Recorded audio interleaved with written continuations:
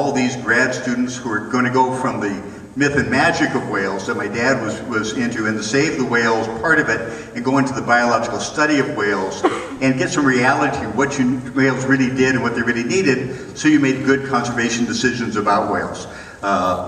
They're making recordings of singing humpback whales. Here in the front is Greg Silber, works in Washington, D.C. for NOAA. Beth Matthews just retired as a professor at University of Alaska. The guys on the hill, they had a hill station, there were 13 grad students, and they were doing everything the hard way with tools you didn't dream you'd have, things like GPS and stuff today. But this is the group. They live in Hawaii on a budget of about $4 a day. The first time I had dinner with them, they were amazed that it was raining like mad outside, and there was a small waterfall coming out of their electrical outlet at the house. They knew they were in sort of substandard housing. And this was the scene. This is the first lead for the first geographic story I did. That's Graham Ellis in the background. His wife Linda's in the back, breastfeeding a 5-month-old baby. His son's in the front. It's a 15-foot skiff, and written on it is Vancouver Aquarium, one of the funders. And every time you shoot one of these pictures, they want to turn the boat around because another funder was written on the other side. They were trying to keep everybody happy. They found a place in Hawaii where you could not just see whales on the surface or whale tails to do IDs of. You could actually look in the water and see what they were doing. Whale watching was new. This is Lahaina in 1979. The Maui whale watchers did a whale watching trip. It was so successful, there's a story in the paper about doing another one the next week.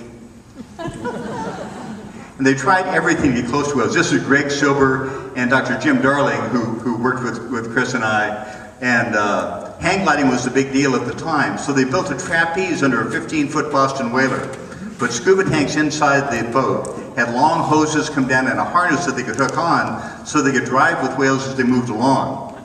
Only a Boston whaler is a surface effect boat that bounces on the surface with every little wave, and this was used once. This is Dr. Jim Darling, aka Nate in Fluke. And one of the things that did work was individual IDs. They were starting to look at whales and going, we can individually ID these animals without killing them or putting appliances into them. And in 1979, Jim took his box of whale tail pictures, met with a school teacher in Juneau, Alaska, Chuck Jerez, and looked at his box of tail pictures and could match, could show that the same whales were going back and forth, which was the basis for lots of cool stuff to come. My favorite whale is Frank. Frank is the first scientific whale I worked with. It was a singer on March 10th, 1979. We knew that whales sang. They'd go down for 15 minutes, they'd make this long, elaborate song, they'd come back up a quarter mile away, and so we'd get halfway in between, go down to 100 feet with a scuba tank and hope one swam by, and they never did. But on March 10th, 1979, Jim was out. We'd throw the hydrophone in the place where the whale dived, and there'd be a smooth spot in the water we'd call a footprint. And the assistant with him looked down and could see the whale down below. And so Jim called me up and said, well, the whale's down there. Can you dive down under the tail and shoot a picture of its genitals?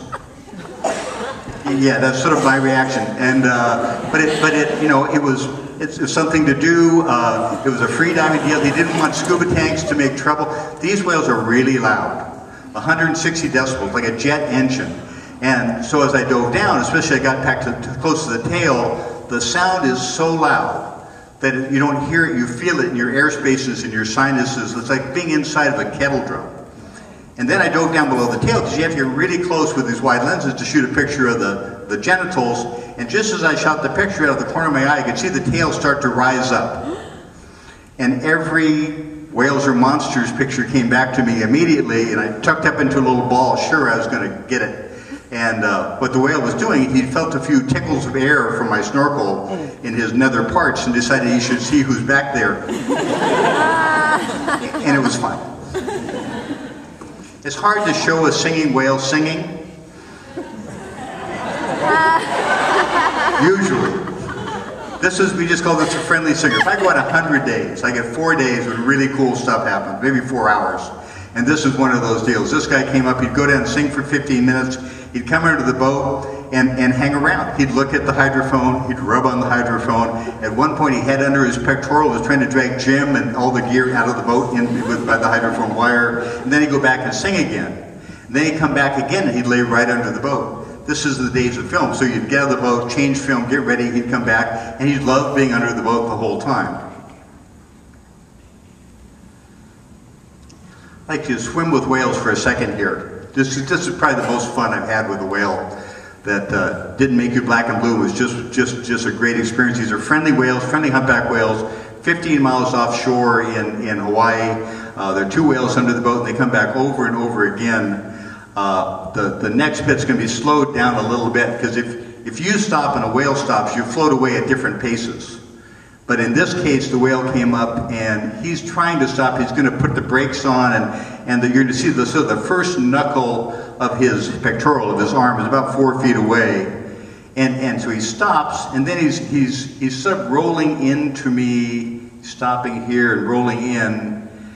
And right about here, he's picking me up on the back of his pectoral. I'm snorkeling on the surface and bringing me up to take a better look. It was really fun. And then he went away, and he went away and came right back. Came back very, very quickly. He came back so fast that we started to see pictures of whales picking dolphins up on their nose and sliding them back off. And this is something the whales are good with and the dolphins are good with. And again, you're sitting there with the snorkel. You're not making the decisions. The whale's making the decision. If you ever want to feel slow and awkward, swim next to a whale. So this guy's coming up, he's putting on the brakes, and I'm pretty sure I'm going up on the nose. And it didn't happen. But here's 40 foot of animal, just showing you how gentle, this is not slowed down, how in control these big animals really are. And most of the time, really, really gentle.